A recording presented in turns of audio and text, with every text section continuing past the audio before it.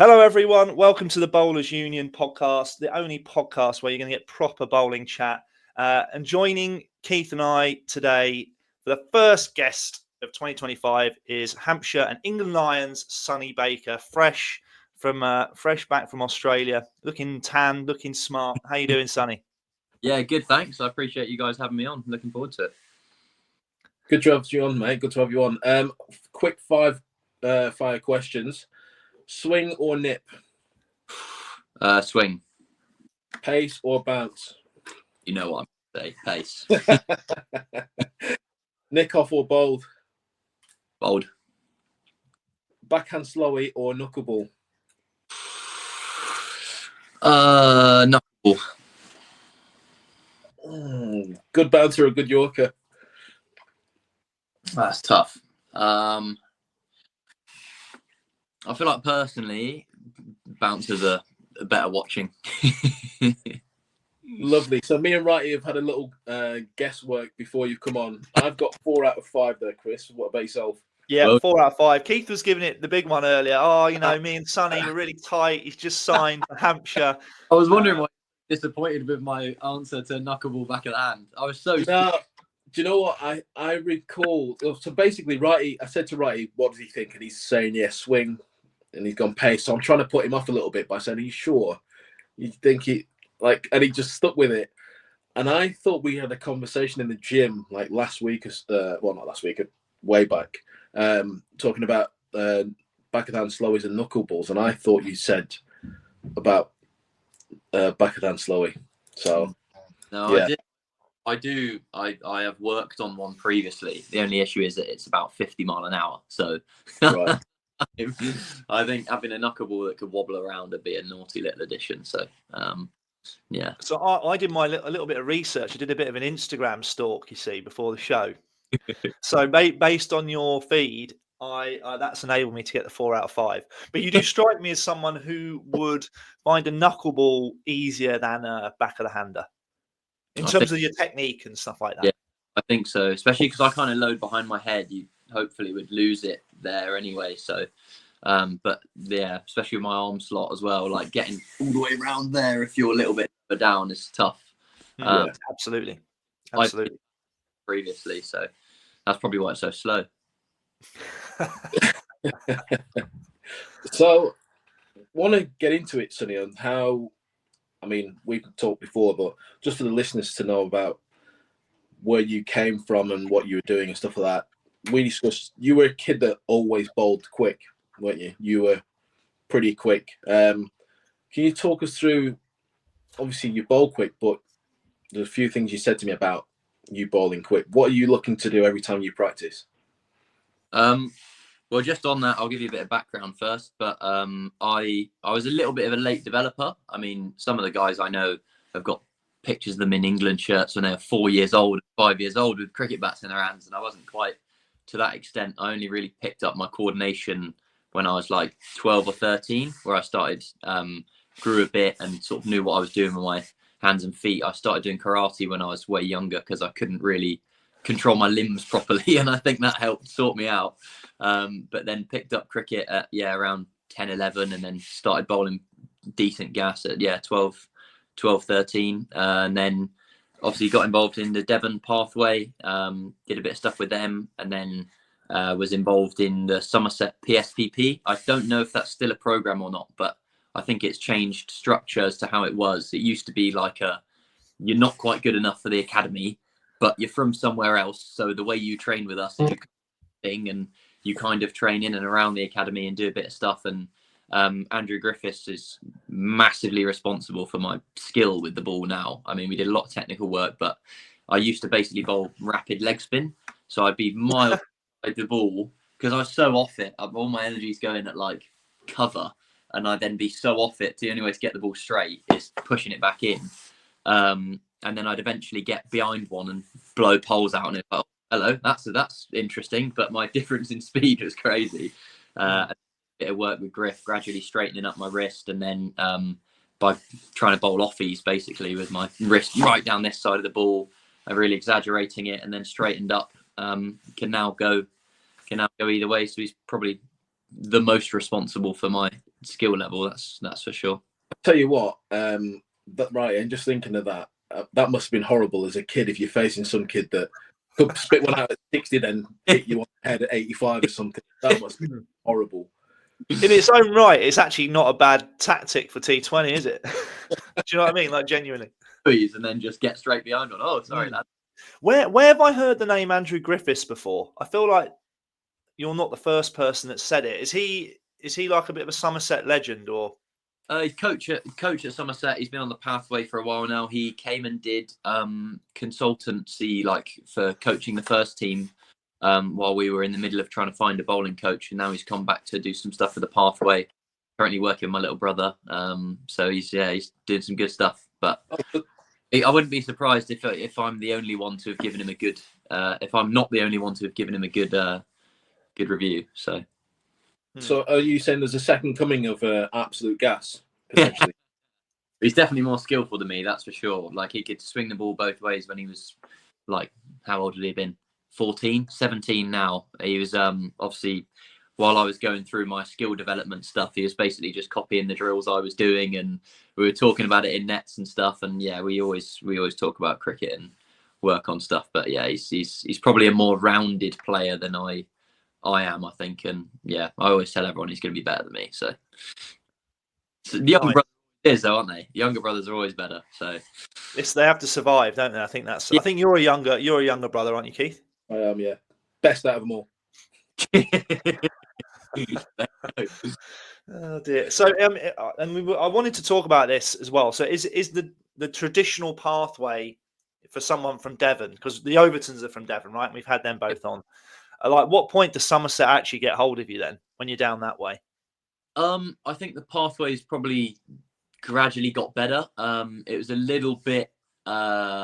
I got injured when I was 17. I had a stressy, and then missed a lot of that year and kind of fell in the gap because Devon have started to do their own academy. I just sort of left from Devon sessions because I was on the PSPP, but then the PSPP stopped being a thing. And Devon were doing the academy. Devon sort of thought I was Somerset. Somerset thought I was with Devon, and sort of was in the middle for a little bit. And that's probably where, Griff helped me out the most. Like, I wasn't really involved in anything. And I was pretty set that I was going to be a biology teacher. I was like, oh, that's sort of, that ship has kind of sailed. It looks that way. That's unfortunate, but get stuck into my studies and stuff, like applied to Oxford and was really getting into that. I didn't get an interview, but I tried. And then, yeah, just after that, some guy got injured at an under-19s trial. Like, I was a year young. I was 18 at the time. And I went and did that. I played for the North as the most southern player there by, at least 50 miles. And then, yeah, that's rogue. That got on the academy thereafter, and then started getting involved with the pro stuff after that, and then suddenly everything sort of kicked off at that point. That's amazing. It's amazing how many people kind of write themselves off at such a young age, because I'm sure as you get older you realise that for you to be writing yourself off at such a young age, you'd be like, what was I thinking? Yeah. That's opened up loads of questions. Who looked after you, or who guided you when you had a stress at 17? Because that's a tough spot to be in. Yeah. I mean, I was doing a little bit of rehab. I mean, it's fairly hands off. But yeah, I did a little bit of rehab with Somerset, and then sort of when I stopped being on the PSPP, it was like, oh, you're in sometimes and you're not. But I was at King's, so I was well supported there by by school. I was still able to do my training. I joined the swim team because I couldn't run or anything. I was in the C team. It was a fairly humbling first session, that's for sure. Yeah, I was one of the GB girls who I didn't know was a GB girl at the time. I was swimming with like an 8-length warm up or something, and I'd finished my 6th length. I go to turn, and I've realised she's already lapped me twice, finished her 8, and I was like, wow, okay, this is that's proper. You know what? Speaking of swimming, right? You've taken me straight back to Perth. So I remember back in the day, if it was 40 degrees outside, I think they basically cancelled the cricket, or it might be 42 or something like that.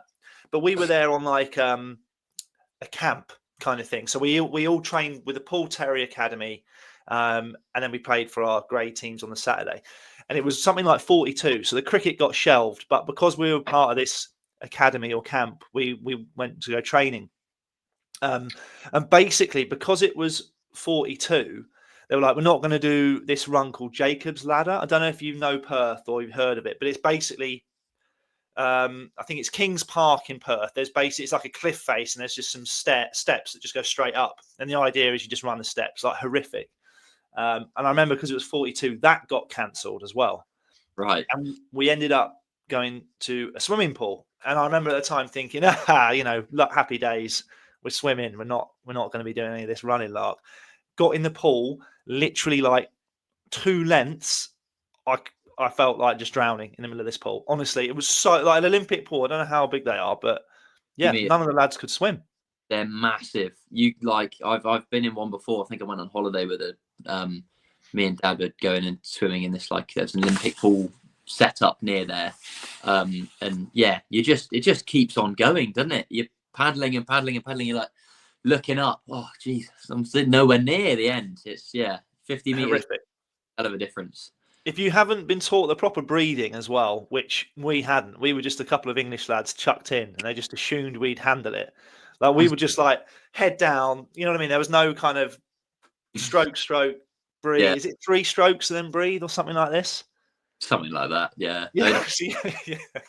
So anyway, I interrupted you there. I went off on a bit of a tangent. Sorry. No, not at all. I can't really remember where I was going with that, but I want to rehab. Rehab. Go on. Sorry.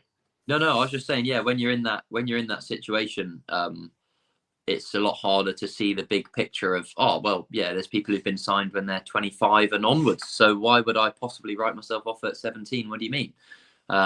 But when the only thing you hear is around school and stuff, guys either getting signed at 18 or they play club cricket and that's about it. Like you don't really hear other than from, anecdotal examples, you don't really hear there's a path for you if you don't make it immediately. That's probably the rationale behind that, where I was like, I'll just get stuck into studies and, is what it is. I'll, put my mind to something else to take your mind off it. So, yeah. So I've just realised, I think this is correct. There was a clip going around of some right arm bowler, young lad, and I'm pretty sure this is you, Sonny. I think this is where I first picked up. I think there's a clip of you bowling massive innie and blew some hobs away. I don't know what game it was. Pink ball. Is the umpire wearing shorts? Yeah. It went round. I was like, I didn't know it. I didn't know I was sitting at the time. I just saw it as I was scrolling. I was like, looks quick, but I don't know who it is. But it could be a school game. I don't know, kind of thing.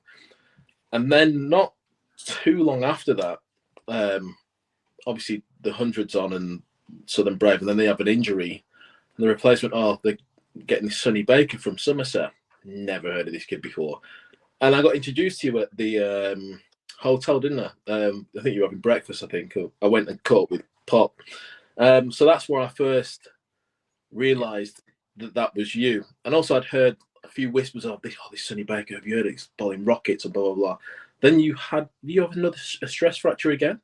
Yeah, so I was injured. So just from there, I went, signed, played the whole of the Royal London 50 over competition, then got pulled into Rockets last minute because Wahab Riaz, and they had a few other injuries as well.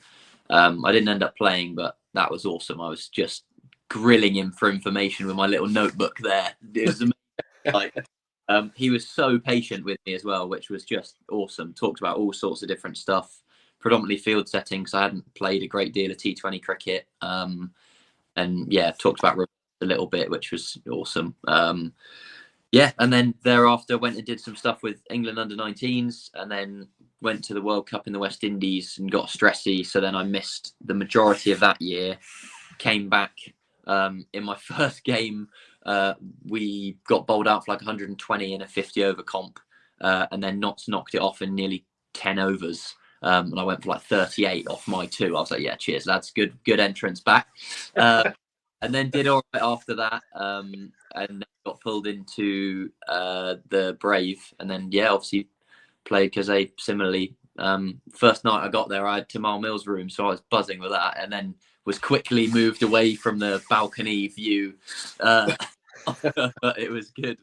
It was good. And then got injured in the winter thereafter. I think we did like a loading thing where I just ended up getting injured bowling indoors and stuff, and then went out to Abu Dhabi on pre-season. I was like, I'm struggling here, and then it got to the point where it was March. I was playing in Red Bull games, and I was like, lads, I'm cooked. Like I've got nothing here. And then missed the whole of that year and rehabbed in Australia, and then had this year. Here we are. You've said about bowling indoors and getting injured. Were you and are you one of those young quick bowlers that just decides I'm going to steam in the indoors and be as fast as I can because that indoor surface is going to add 10 miles an hour? Well, yeah. I mean, I really struggle bowling at batters indoors unless I'm well below max intent. Like if I'm bowling at match intensity, and I never understand. I understand that don't bowl short indoors because like no one wants to get hit. It's pre-season, everyone's being friendly and stuff. But like, you know what I mean? Batters don't mind climbing on top of length balls and cracking it. Yeah. But hang on a minute. I'm limited to what I can do, so I'd rather like tone it way down and do skills stuff, like work on skills and wrists, so then I don't get as in the battle with it. And because in game I really feed off that. Like, okay, right, you're gonna have some now. I'm gonna pin your head to. I love that energy, so I find it tough. I find it tough indoors when you're not allowed to do things like that. But yeah, I mean, guilty as charged, I guess. Right, you remember this. Obviously, indoors, like you've just said, no one really wants to bowl bouncers and stuff. And yet, like at Warwickshire, we'd have a mat out there. Like we'd put a mat down just to try and make it a little bit more like you're outdoors, just with how it come through the bounce would be a bit more consistent and it wouldn't be as flat. And we had a lad called Tom Lewis who normally wouldn't bowl. He was left-handed batter. He bowled a little bit of right arm meds, but he had to bowl at Ricky Clark. Clark is a big, imposing guy, can be quite fiery at times when he plays and stuff. And Tom Lewis accidentally dropped one short, just dragged his length back, but it missed the mat and went through the roof, nearly hit Rick. Rick stopped it, thrown it back, and we're like laughing. Tom Lewis's face gone bright red, like, oh. Oh no. He's run up again, tried to put it full, only dropped it short again. Clarky's raging. You remember, right? Clarky was raging that kind of. Those mats are a hazard. Because it's always that bumper length as well, isn't it? Where it stops. Yeah. It's the lift. Yeah. Never seen a young lad get so scared of what could come back my way when I have to bat again. It was brilliant. Yeah, Clarky as well wouldn't be shy of making his feelings known about that kind of thing, and then would then dish it back. Yeah, it's hard though when you have batters. I feel like if you've got a batter there, coaches should just let it play out. Do you know what I mean? Like you should be able to bowl bouncers. It's part of the game, isn't it? At the end of the day, if batsmen get cocky and like lean on length balls. Yeah, I agree to a degree. I just think if you can set up the training in a way in which both people get something out of it, that's always positive. Like, it's different if you've got a guy slinging, faster than I bowl with a indoor ball where you're working on short stuff and you're working on extreme pace. Like, that's absolutely fine. I feel like the risk of it's just a risk reward, isn't it? Like I'd never want to hurt anyone indoors in game. In game, absolutely. I mean, like indoors in your own team, probably not the look. I don't think, especially like this guy seems like a nice bloke. Yeah, he's broken around his ribs. Great, well done. You. Like what you could do, right, is you could lay down an early marker at someone like Keith. Let Keith have one early doors when you obviously you've just signed, and then everyone will be thinking, Jesus, this bloke's letting Keith have it. Done. I bet we better just leave everything here and just, you know what I mean? That would be a good way. Yeah. I will say with Wrighty, over the years of training and playing with him, he was definitely the type of guy. I remember one of our old teammates, Darren Muddy, his beans were going a little bit because Wrighty was bowling pretty sharp. Me and Wrighty were bowling together and he kind of tried to pull one off length off Wrighty and he top edged it up it was in the middle, in the square, on the square, one of the wickets. All of a sudden, I know what's coming from Wrighty, and he kind of pitched the next two up, but I'm thinking there's going to be a one which rips your grill off here, and then Wrighty proceeded for the next 20 minutes to just try and kill him, which then obviously it's just outright respect from the batsman there on, because there's not wanting to get hit, leaving length balls that they could climb into, like, oh, that's well bowled. So yeah, see, I can see a potential another assassin in you, like Wrighty was, Sonny, to be honest I'm with you. enjoying the energy. You can feel the energy, can't you, when you're talking about pace? Yeah, for sure. I think practice is different. Like, if you're in a net outdoors and, you know, conditions are pretty much the same, unless the deck's world's spiciest, then you'd stay, you know, bowl as if it's a game. Like, if you're going to let someone have a sniff, you let them have a sniff, you know what I mean? Like, that's you're going to have to face it in a game. Like, I'm not going to suddenly pitch everything up and, you know what I mean? You're still going to try and drive my half volleys. You're not going to block everything, because even if you do, it defeats the point of training. So, yeah, there's a difference between outdoors, indoors, but yeah, indoors, I've really struggled to hold it. There's a lot of people out here who'll be listening to this, mate, and it's something you said to me, and I'm hoping it comes for you. I don't want to have to say it, but you have always bowled quick, but your mindset has always been, I'm going to try and bowl. Absolutely. Like, if you want to bowl fast, you have to try and bowl fast. Like, you can't, you know what I mean? I've said fairly openly, like, I accept that can change how your career goes. Like, you might not have as long a career if you want to bowl fast, but I wouldn't enjoy bowling at, you know, either side of 80 mile an hour swingers. I just don't think that's fun. Like, I want to be the guy where people come out the bar to watch him bowl and go, this is class, this is exciting, look, awesome. Like, every Jofra against Steve Smith, everyone's seen that clip, everyone's seen, you know, that spell, or Mark Wood at Headingley. Pace just makes it exciting. You know, I know it was against English guys, but like Mitch Johnson's Ashes, who wouldn't want to be that guy? I mean, I know, it's right, totally right. Yeah, and I mean, I know you just said you won't want to be 80 mile an hour swinging it both ways. I wish I could do that, Sonny. I'm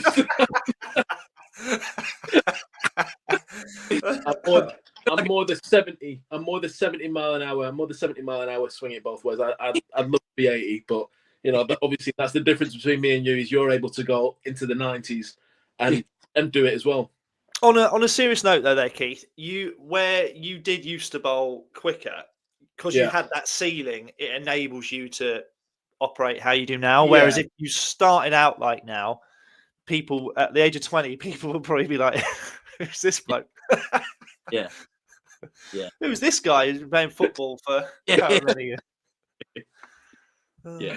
As I say, it's a bit different when you got a ridiculous amount of skill, but I do find it, the thing I enjoy about cricket, the thing that makes me, you know, want to get out of bed early morning for training, or, you know, stay late, or just do those other things, like, it is bowling fast. That's what's exciting for me. And I think, if anything, my injuries have probably given me more clarity on that, in that, you know, well, I try and do all the right things, like nutrition, you know, sleep well, hydrate well, all the right warm-up stuff. I've never got injured from a shit warm-up. Like, that's not how it works. It's trying to do all the right stuff, and then you still get injured. You're like, sometimes you can be, woe is me, but I accept that comes as part of the game. And if you want to bowl fast, like, it's going to be tough on your body, and that's all right. I'm all right with that. I'm all right with being stiff and sore after a day's play, because I've got what I wanted out of it, and what I wanted out of it was bowling quick and being exciting. Like I said, who doesn't want to be the guy that people are, you know, hang on a minute, let's go to the toilet or go to the bar in a second. Baker's coming on the ball. I want to see this. Like, that's, who doesn't want to be that guy? You know? No, you know what? You're spot on. It's really nice to hear. With those lessons, then you just mentioned about lessons from your injuries. Can you go into a little bit more detail, perhaps, about anything specifically that you feel like you've learned, or you do differently now since having them? Yeah, of course. I think one of the things I was talking to Barks in the gym the other day about, actually, is as much as you want your, I'm trying to not make this sound contradictory. As much as you want your top end speed to be fast, and I always want it to be fast enough that it's exciting, there is a time and a place for pacing yourself. Like, there's no point if your top speed is 95 mile an hour, not quite yet, but let's say it is 95 mile an hour. You don't want to be trying to bowl 96 every single day, because that's unsustainable. Like, you're not going to drive a car as fast as you possibly can every single day. You pace yourself based on conditions, and then, right, now's the time to put my foot down, now's the time to ease off. So learning the skill of that, I think, will be massive for me. I'm just made me laugh because Keith. Here it comes. That is how Keith drives.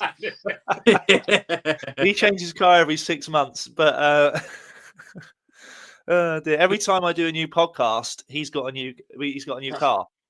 Nonsense.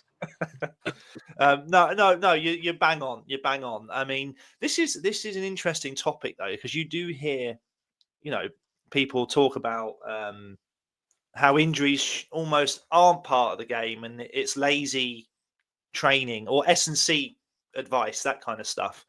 And I don't know quite where I sit with it, because like you say, if you're pushing yourself to the body's limits frequently, you do tread that line, surely. I don't, you know what I mean? You're not a machine at the end of the day. You're human tissue. So I don't really know where I sit with it. Clearly, you think that there's a time and a place to ramp it up, and a lot of the best bowlers ever know how to go through the gears. That's for facts. Yeah, absolutely. With that, right. I was going to say, technically, I'd be interested to know technically where you. Sorry if I've cut you off there, Keith, because I've got all these questions lined up here. From a technical point of view, have you changed as a result of your injuries or not? I've done quite a lot of different technical work, really. So I did a bit of stuff at Somerset where we were talking about my alignment of my bowling circle, and I've had a lot of different stuff. But I was stuff with Pop where we did put some poles in to try and get me to work straighter. But the main emphasis on the technical work I've done has been with a guy called Aaron Lewis in Australia. So I invested in that rehab in April. Was that April last year? Not April last year, sorry. February last year, and was out till late March. And yeah, he did. So he's a physio by trade, but done a lot of biomech stuff, which is really cool. And got a good opportunity to spend a good length of time with him, and went through some drills, and then gradually progressed that into my action. And then he's helped me do some speed stuff as well, similar to that. I actually got in contact with him through Stephen Jones. So, a lot of people have heard of Steph. Obviously, Aaron worked for Pace Lab, which is Steph's company. And I think they're doing separate things now, gone their own ways, which is cool. But Steph was awesome, because I was suggested to go outside, but I was kind of scavenging around for a place, and then paid for the trip out there. Aaron was awesome, helped me out in a time where I needed it. And I think in terms of a technical point of view, my body's not, touch wood, not felt better than where I am technically now. He did some movement tests on me and did it based on how my body wants to move, not just based on general fundamental principles, because everyone's different, right? Different people have different personal preferences within stuff. And he just said, I reckon this would work, or do this. And I still carry on with his drills now. I actually literally just finished a session doing some technical corrective bits. So yeah, I'd say Aaron's pretty much all sorted with that. Awesome. Where would you say your pace is at now, mate? So whereabouts pace-wise you think you are now? And where were you before, 2-3 years ago? So I would have been just either side of 140, would have been late 130s, late 80s sort of category. I think I bowled 148 in Guyana. And I think I've probably dropped a little bit below that now, because obviously it's white ball cricket and I've just done a good volume of red ball. So I'd probably be looking to be either side of 90 now. in terms of like, if I was putting my foot down, I'd want to be nudging 90 fairly regularly. And I think I was in Australia, which was good. Like in terms of TV speed, like it's so different. Different speed guns give you different measures, don't they? So no matter what number I say, it's always going to be wrong. Like full Sure. sometimes tells you you're on 95 and sometimes you're on 85. So it's all sorts of different stuff. But in terms of where I want to get to, I'm still, as we said the other day, like, you know, got a good volume of years in between be at my peak speed. So trying to progress from there. But yeah, Steph's stuff definitely did help. I mean, obviously the one who helps me do that. And there's also a guy, Shabazz. You heard of Shabazz? Just done a bit of speed camp. But I think I might have seen some of his stuff on Insta.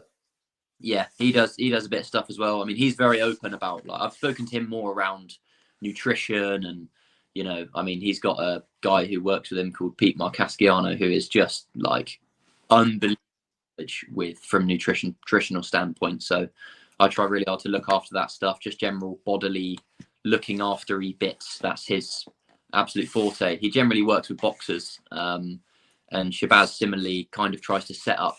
You must have seen the training camps he does. They're like boxing camp type things, prepping for a season. So that stuff's really good. But as I say, from a technical standpoint, Aaron's probably looked after me the most, and his speed stuff, as much as he's worked with Steph, he's still helping me do stuff like that. So I still work with him closely. He's top man.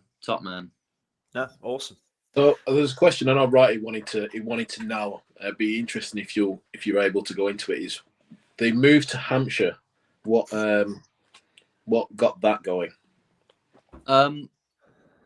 Well, yeah, the I wasn't offered anything in early April, like when I went out to Australia and you know, obviously paid for that and stuff. I wasn't really offered anything specifically, so I was like, oh, okay, bloody hell, I'm not, you know, had some injuries, I'm not sure where everything is at, and then got a few different offers, like quite a few different counties were interested when it came time to sign something, which was cool, and obviously, you know, put me in a much better mental place than I was for probably, you know, the 2 or 3 months where I was like, Jesus, this is battle. Don't know if I'm going to get another contract. I've just had another back-to-back stressy, like, am I going to need to have surgery? Like, all of those thoughts rattling through your head when you're in Australia on your own was not ideal. But then obviously Hampshire's got a massive experience in their bowling lineup. Obviously, Mo's moved on, but obviously got Barks and Abbo, and I'm hoping that you guys will be a massive part in shaping my career and experience. And, you know, you've already been very generous with your time in talking about stuff, and long may that continue. And obviously I'd worked with the support staff as well in Pop and the S&Cs and guys who are at Brave already. So I had already been pretty set that, you know, Pop's very big on person to person stuff and communication and honesty, which was a massive thing for me. And yeah, that was the general thought process, was I'll probably play alongside guys who, being stood at mid off, will be able to pass on an absolute wealth of experience and stations midway through, because, you know, you guys are basically player coach, really. Like, the amount that you'd add to myself and you know, similarly playing alongside JT, he plays for England, like, that's learning about those experiences, learning what that environment is like, because, you know, that's where I want to go. So just it was more about my development, really. First one was like, where can I develop the most? Second one was where am I going to play and get good opportunity to showcase the development that I've had? And then the third one was like, the finance literally does not matter at all, because I'm at such an early stage in my career that it makes no real difference. Like, whatever amount of money we're talking, it's negligible at this stage. So it's more about worry about these two, and then that's later on down the line, not really that worried about. I think that's amazing, because basically saying with less than a year, you've gone from kind of, where am I going to be at? I'm fighting this uphill battle, trying to get a contract now, kind of feeling that nothing's going to be coming my way, to England development contract. Yeah. it's amazing for those who are listening how quickly things can change. So there are ebbs and flows, and you can feel like it's never going to happen. But I know you've got outright pace, but it's not going to be for everyone. But they'll have something that a club needs, and Absolutely. your career will go anywhere from there. What I love about what you've just said is how you've made let's take the reasons why you moved to Hampshire, and you mentioned about finance not at all being a thing, but because you've made the right decision, potentially you've made that good call, which is really mature to make that at a young age, and then you've instantly been rewarded for it with a development contract from England. It's insane if you have the right kind of I don't really know what word I'm looking for, but even the right ethos, you think clearly, you make decisions for the right reason. That's class, to be fair. Appreciate what that. I also heard there was Somerset have missed the boat a bit. Let's be honest. I don't really want to. I try not to deal in negativity. I don't want to say anything negative about those guys. As I said, Griff was massive for my development, and great. Also, like, there's a slow ball I'm working on now. Basically, helped me learn just before I left, and he was great. Like talking to him about it, he was obviously gutted that I was leaving, and had a long chat with Sarge about how stuff went, and he really wanted to know about what my rationale was and stuff, which was really a good productive conversation, and hopefully Somerset carry on looking after my little brother as they would me. So it's like it's I don't want to deal with negativity, anything negative, because there's a lot of guys there who've been really, really positive for my journey, but just on that happening quickly stuff, as my dad has said to me many times, like, you're gonna have to work years and years and years and years to then be an overnight success. Like that stuff happened just now. It didn't happen in 3 months. It happened in the rehab I did in Australia a year ago, and the rehab I did before that, and then the rehab I did from coming out of the 100 where I had a rib impingement, and everything's all excited. This is going to be the year where everything happens, and rib first morning of the first game, great, cheers, take that on the chin. Rehab through October, like didn't really go on holiday anywhere, and then you're like, right, get stuck in, and that work through that period of time is what creates stuff to happen later on. As you guys will know, like, stuff doesn't happen by accident. It's the process to that gives you those opportunities, and then suddenly everything's happened really fast, and look how great it is. So you're not going to complain, because it has happened quickly, and I've been very fortunate. That I've been given. So, I would say that, and this is not saying this happened with Somerset at all, but you do see local lads or lads that have come through the system. They can get not mistreated, but kind of just seen as we don't need to worry about them. They're just happy here, and actually, there needs sometimes to be more emphasis on clear cut. Are we going to invest in that player or not, rather than just kind of thinking everything's all right, because you can then miss out on a player. I know at Warwickshire there was on trial in the second team, from what I was told, a player, don't know if you heard of him, but he was back in the day, called Kevin Peterson, was playing a second team game, and he was playing as an all-rounder bowler who could bat a little bit. But, what I remember being told is that they didn't think his batting was good enough. It can sometimes go against you in the end. It can happen.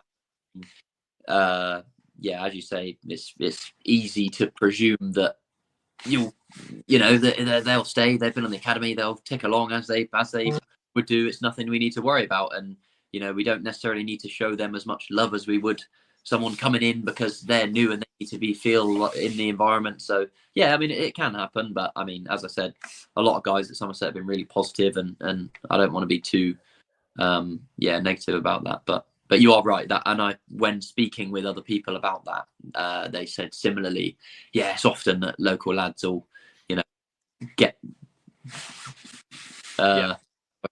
but what exactly hometown discount they call it in baseball.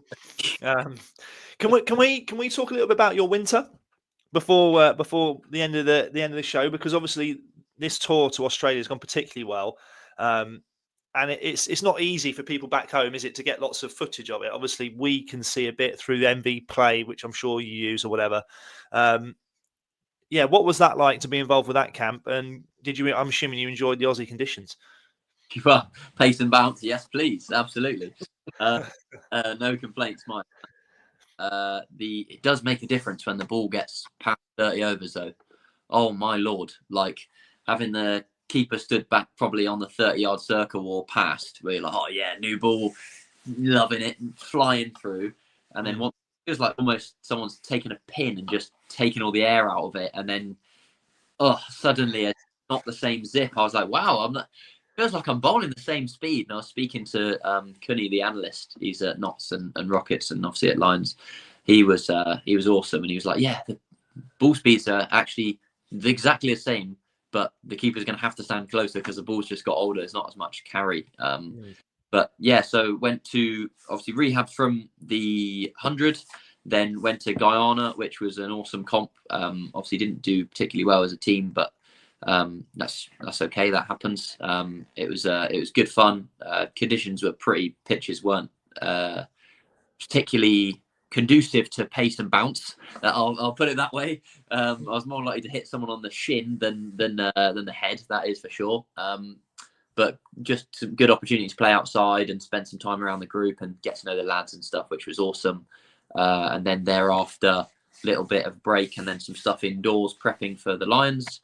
Went out to Lions, and then we had a couple of 3 or 4 weeks in Brisbane, where I played in the first game, and obviously had massive carry on sellies because it was first pole, so can't complain. Yeah, did pretty well actually. It was good. I pretty much just bowled everything wobble seam because there was no shape at all, which was strange because I normally get good amount of shape on the ball. Just happened to go straight to a wobble seam and short stuff, which again, at least it made my plans really, really simple. Talked a lot about bouncer plans. I mean, Cookie was awesome. Sam Cook was obviously out there bowling like a wizard with the new ball, but in terms of passing on experience, he was also absolutely incredible. Like, talked with him for ages about bouncer field. I tried not to pester him too much, but I couldn't help myself. Short ball fields and what do you do when it's not swinging and how would it look? What man would you have where based on how they're trying to play? What line are you trying to bowl your bumper? Intricacies like that, which from an experienced pro, like you're not going to get that anywhere else. And it was really good to learn some cool stuff out there and obviously make my first class debut, which was really cool. And Dad was it, which was also awesome. So yeah, lovely moment. I think just hearing like bouncer field and stuff and what line, your line should only be from the left ear to the right ear. That's the line. No further apart than that. Noted. Then you hit. Noted. Yeah, it's not bad. My point. Flintoff was very complimentary, wasn't he, about you? I've just read a BBC article that obviously talks about the contract that you've got. But he seemed to be really impressed and was very complimentary. Is he maybe the driving force behind that deal, or? I'm not sure. I know Darren Goff said that he messaged Keezy when I was in Guyana saying like this kid's worth a look. And I think a few other people similarly off the back of Guyana did because of the ball speed. So obviously all very exciting. And then I mean Fred was awesome. My cynicism almost got the better of me through when he was being really complimentary. I was like, I'm not sure how much of this is this just like pump the tires up type stuff, because I'd much rather someone say straight to my face, look mate, this and that isn't good enough, but you're good at this, so do X, Y, Z. And then I'm like, okay, sweet, you've given me something to do, I'll come back, I'll sort it out myself, come back and then go boom, right, now I'm good at that, now what you got for me? Like, I'd much rather that than you're the best in the world and da da da da da, you're so great. Like I really struggle with that. But yeah, I mean all of his stuff was genuine and that was great. And he did reinforce that with me as well. I think he's got good people skills. Like he could kind of tell that I was a bit like, thank you. Like don't go overboard type thing. And he was like, no mate, like like got me in his little nook and was like, mate, he never. That was awesome. And obviously, you know, like who's not going to be a bit like, woo, you know. Well, ask your teammate Scott Curry about Flintoff. I will. I'll keep that in mind. I'll keep that. Yeah, because he's Scott's idol, and I think he had a run-in with him in 100. Really? Yeah, which is quite funny. But I'll let him tell you. Before we wrap up, sorry, finally, things for this year. What I mean, because I feel like this year a lot more people are going to see you. Is that fair? Yeah. So what are you hoping for personally? I mean, the main thing for me is learning. Like the more I focus on learning, the more outcomes will take care of themselves. So I think, as I said with Barks, I think he'll probably be, if he doesn't mind, be a massive part in teaching me how to go through the gears, picking what times are for what. You know, all sorts of field setting and tactical stuff like that would be massive for me. I know Pop's told me stories about how guys have come in as overseas and said, wow, I've never felt more supported by my mid-on, mid-off than by those guys. Like the knowledge is crazy and just working over batters, and obviously the skill level is also really high. So it'll be awesome to learn some more from both of you and Abbo also. Won't be a problem, mate. Not at all. That's what we're there for. Just 20% when you go big, mate. Noted. Brilliant. Keith, have you got any final questions, or is this a wrap? That's a wrap for me. I've really enjoyed it, mate, and we look forward to seeing how you go this season. I'm sure it's going to be a big year for you. Thanks, mate. Hoping so. Class. Well, we'll leave it there. Thanks to everyone who's listening. That was full of some absolute gems and some great advice there from Sonny, which, to be fair, as a young guy, incredible. If you like the episode, share it with people who love bowling, and make sure you follow us on all our socials. So take it easy. Cheers.